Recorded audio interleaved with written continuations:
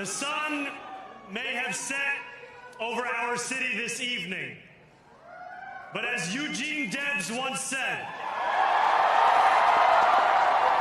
I can see the dawn of a better day for humanity.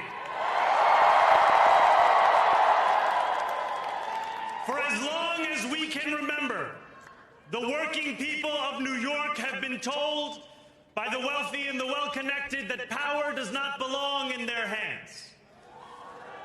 Fingers bruised from lifting boxes on the warehouse floor, palms calloused from delivery bike handlebars, knuckles scarred with kitchen burns. These are not hands that have been allowed to hold power. And yet, over the last 12 months, you have dared to reach for something greater. Tonight, against all odds, we have grasped it. The future is in our hands. My friends, we have toppled a political dynasty.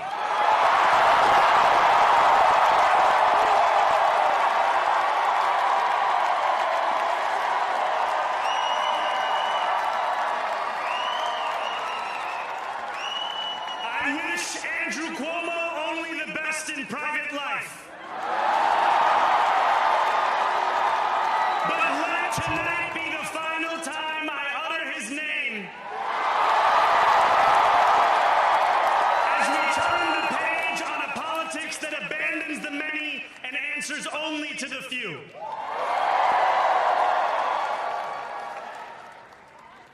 New York, tonight you have delivered a mandate for change.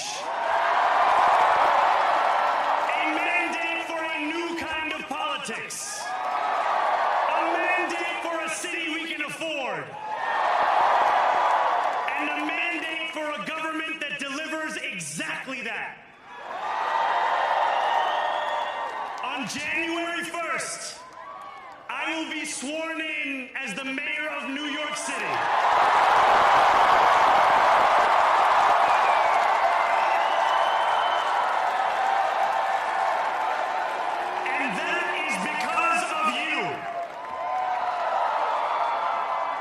So before I say anything else, I must say this. Thank you. Thank you to the next generation of New Yorkers who refuse to accept that the promise of a better future was a relic of the past.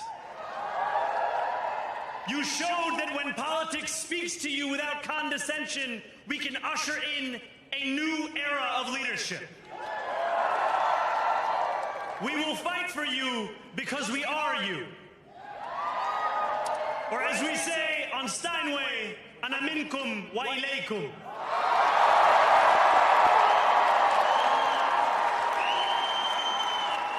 Thank you to those so often forgotten by the politics of our city who made this movement their own. I speak of Yemeni bodega owners and Mexican abuelas, Senegalese taxi drivers and Uzbek nurses, Trinidadian line cooks and Ethiopian aunties. Yes, aunties. To every New Yorker in Kensington and Midwood and Hunts Point, know this. This city is your city, and this democracy is yours too. This campaign is about people like Wesley, an $11.99 organizer I met outside of Elmhurst Hospital on Thursday night. A New Yorker who lives elsewhere, who commutes 2 hours each way from Pennsylvania because rent is too expensive in this city. It's about people like the woman I met on the BX-33 years ago, who said to me, I used to love New York, but now it's just where I live. And it's about people like Richard, The taxi driver I went on a 15-day hunger strike with outside of City Hall, who still has to drive his cab 7 days a week. My brother, we are in City Hall now.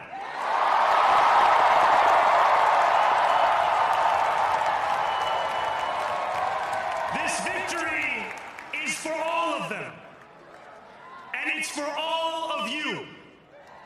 The more than 100,000 volunteers who built this campaign into an unstoppable force. Because of you, we will make this city one that working people can love and live in again. With every door knocked, every petition signature earned, and every hard-earned conversation, you eroded the cynicism that has come to define our politics. Now, I know that I have asked for much from you over this last year. Time and again, you have answered my calls. But I have one final request. New York City, breathe this moment in. We have held our breath for longer than we know. We have held it in anticipation of defeat. Held it because the air has been knocked out of our lungs too many times to count. Held it because we cannot afford to exhale. Thanks to all of those who sacrificed so much, we are breathing in the air of a city that has been reborn.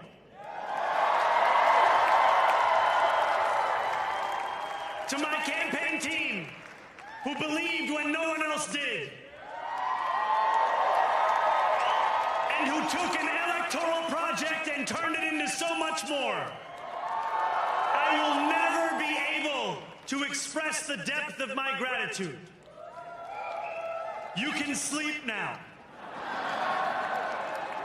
To my parents, Mama and Baba, you have made me into the man I am today. I am so proud to be your son. And to my incredible wife, Rama,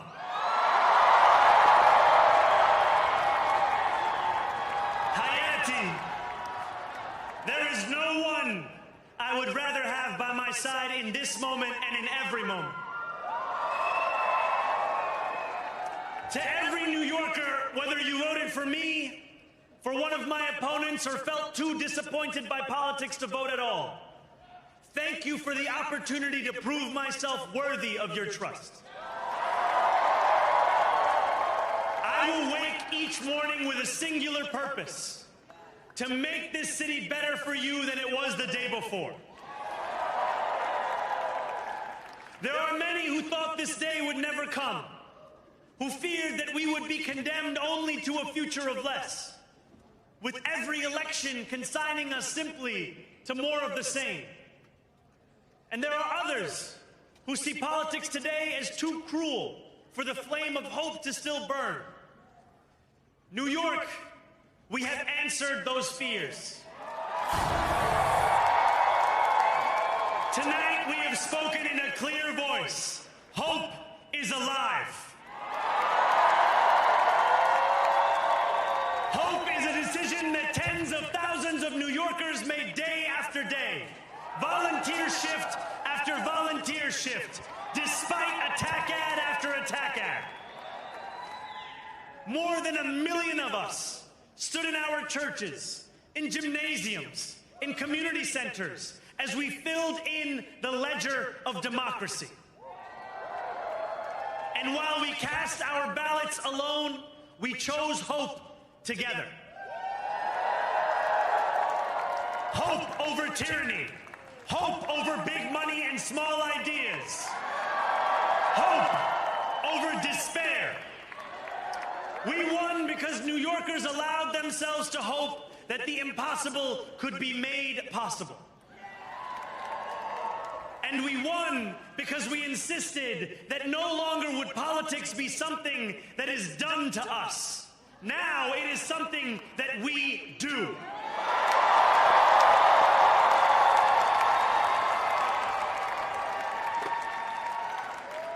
Standing before you, I think of the words of Jawaharlal Nehru. A moment comes but rarely in history when we step out from the old to the new, when an age ends and when the soul of a nation long suppressed finds utterance. Tonight we have stepped out from the old into the new. So let us speak now with clarity and conviction that cannot be misunderstood about what this new age will deliver and for whom.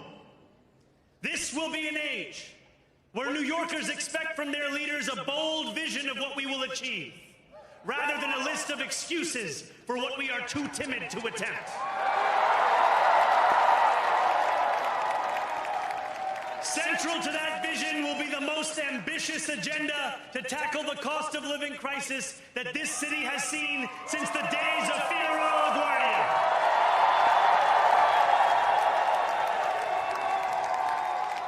An agenda that will freeze the rents for more than 2 million rent-stabilized tenants.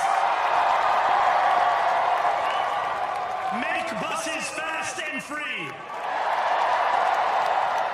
And deliver universal child care across our city.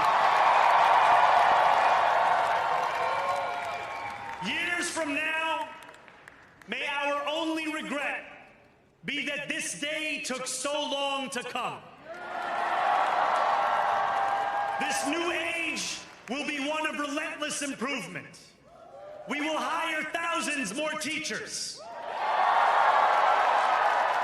We will cut waste from a bloated bureaucracy. We will work tirelessly to make lights shine again in the hallways of NYCHA developments where they have long flickered. Safety and justice will go hand in hand as we work with police officers to reduce crime and create a department of community safety that tackles the mental health crisis and homelessness crises head on. Excellence will become the expectation across government, not the exception. In this new age we make for ourselves, we will refuse to allow those who traffic in division and hate to pit us against one another. In this moment of political darkness, New York will be the light. Here, we believe in standing up for those we love. Whether you are an immigrant, a member of the trans community, one of the many black women that Donald Trump has fired from a federal job, a single mom still waiting for the cost of groceries to go down, or anyone else with their back against the wall, your struggle is ours too. And we will build a city hall that stands steadfast alongside Jewish New Yorkers and does not waver in the fight against the scourge of anti-Semitism. Where the more than 1 million Muslims know that they belong. Not just in the 5 boroughs of this city, but in the halls of power. No more will New York be a city where you can traffic in Islamophobia and win an election.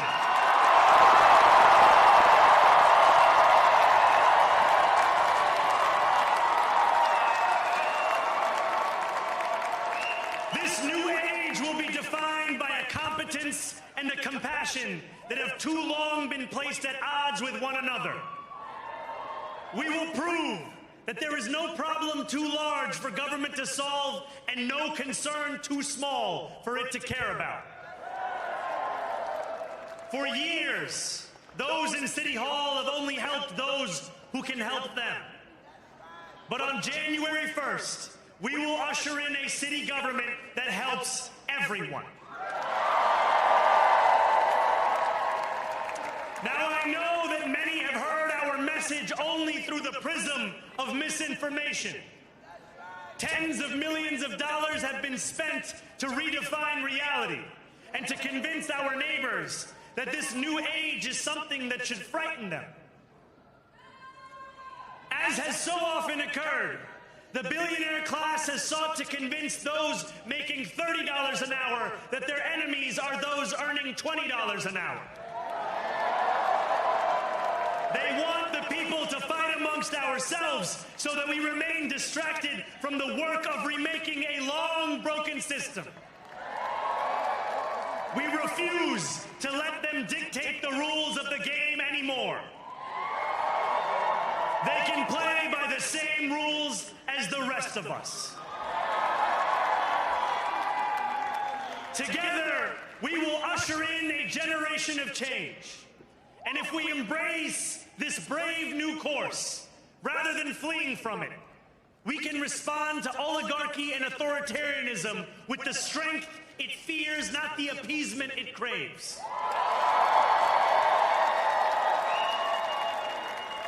After all, if anyone can show a nation betrayed by Donald Trump how to defeat him, it is the city that gave rise to him.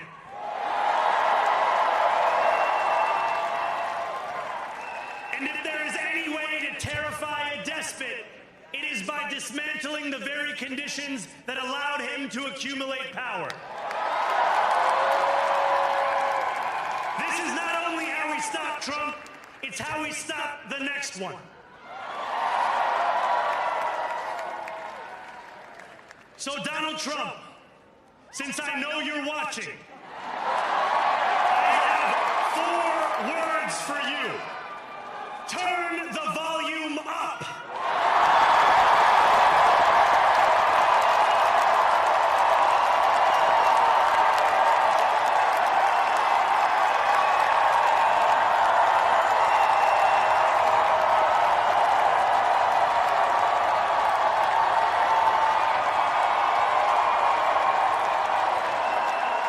We will hold bad landlords to account because the Donald Trumps of our city have grown far too comfortable taking advantage of their tenants. We will put an end to the culture of corruption that has allowed billionaires like Trump to evade taxation and exploit tax breaks. We will stand alongside unions and expand labor protections because we know, just as Donald Trump does, that when working people have ironclad rights, the bosses who seek to extort them become very small indeed. New York will remain a city of immigrants, a city built by immigrants, powered by immigrants, and as of tonight, led by an immigrant.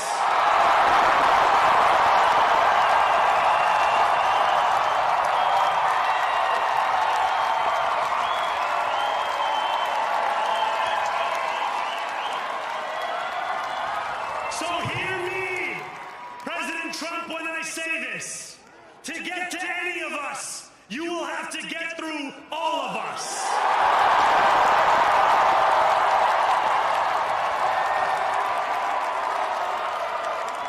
When we enter City Hall in 58 days, expectations will be high. We will meet them. A great New Yorker once said that while you campaign in poetry, you govern in prose. If that must be true, let the prose we write still rhyme and let us build a shining city for all. And we must chart a new path, as bold as the one we have already traveled. After all, the conventional wisdom would tell you that I am far from the perfect candidate. I am young, despite my best efforts to grow older. I am Muslim. I am a democratic socialist. And most damning of all, I refuse to apologize for any of this.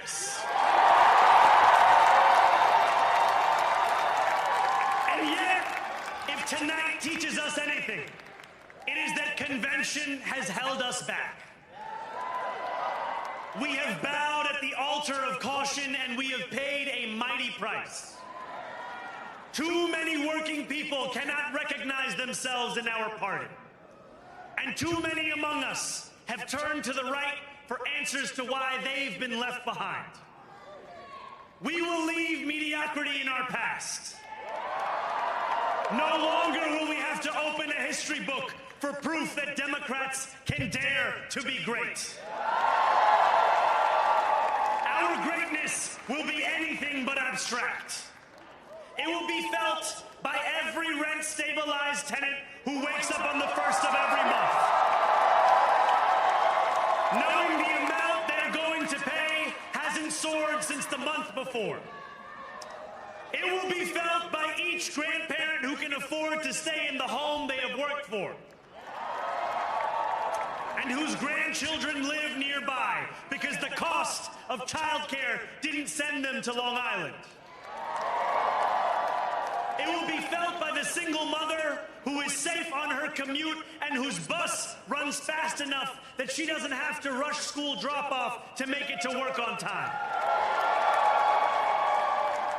And it will be felt when New Yorkers open their newspapers in the morning and read headlines of success, not scandal. Most of all, it will be felt by each New Yorker when the city they love finally loves them back. Together, New York, we're going to freeze the... Together, New York, we're going to make buses fast and... Together, New York, we're going to deliver universal... Let the words we've spoken together, the dreams we've dreamt together, become the agenda we deliver together.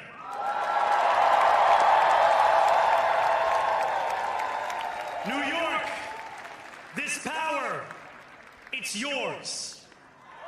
This city belongs to you. Thank you.